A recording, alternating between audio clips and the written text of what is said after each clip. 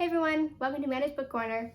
I'm Amanda, and this is my review of Meet Me in Paradise by Libby Hubscher. So I listened to this one as an audiobook, that's why I don't have any books to hold up. But I read it because I wanted to have a kind of like light, fun romance to kind of end the summertime with, and I thought it was perfect for summertime because Meet Me in Paradise sounds like a vacation.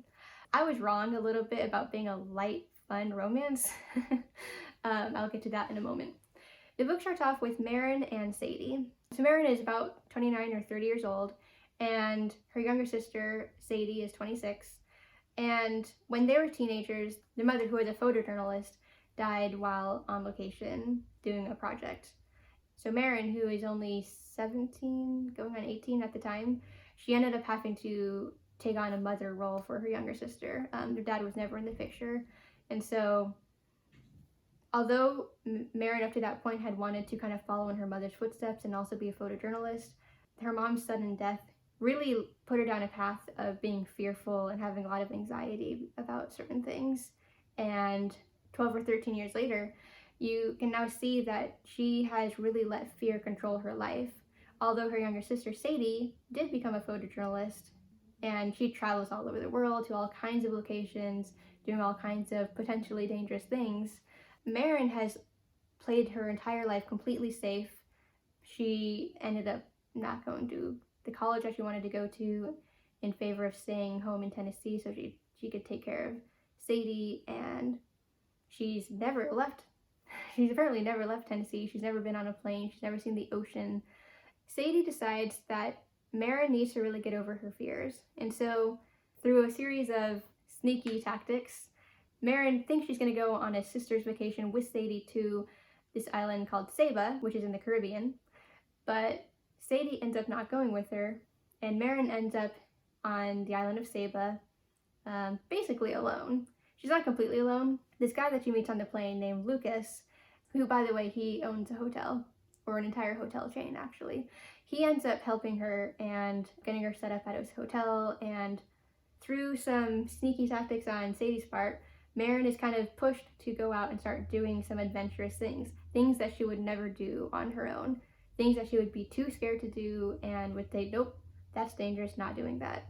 So we get to see Marin go out and go scuba diving and hike mountains and sing karaoke and all kinds of things that she would normally be too afraid to even try.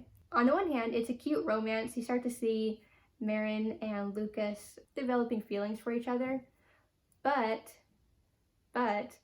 this book is also pretty emotional and sad, and I don't want to dive into too much about why, but I will say that in addition to being a romance, this is also very much about the relationship between sisters, and it's very much about grief and overcoming loss and kind of overcoming the things that you've closed off in yourself and becoming who you once were and not letting fear hold you back anymore.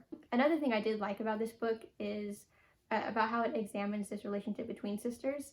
I kind of identified with Marin and Sadie in a certain way in terms of their relationship. I mean, I'm not fearful and wimpy like Marin, but I did really like how these two sisters, they are best friends and they do rely on each other and take care of each other, and I really like seeing that relationship because it kind of, I like seeing sister relationships in general because my younger sister and I are also very close, and so that's one thing I really liked about this book.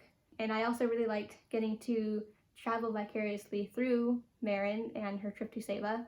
I actually love traveling, haven't been able to travel in a couple years for obvious reasons, so it's kind of fun to get to experience these fun things through the book. But oh, this book gets really sad. It gets very heavy and very emotional. It's a total tearjerker. I like how tender it is. I think Libby Hubscher does a really nice job of portraying different relationships and the different layers of relationships with others and with yourself. And it was just really tender and beautifully done. I think at the beginning, especially when Marin was on the plane ride with Lucas on the way to Saba, I thought it was a little bit overdone with like the awkward, clumsy, ridiculous stuff. So at the beginning I wasn't completely sure about the book, but I think it got a lot better as it went on. And ended up being really strong and empowering and beautiful and thought-provoking too, actually. I think it was really beautiful. In the end, this wasn't quite the like fluffy, cute, fun romance that I wanted it to be, but it offered a lot more than that, so I ended up really enjoying it, and I think it was a very valuable read for me. So I give it 4.5 stars. And that wraps up my review. I really hope you enjoyed this video.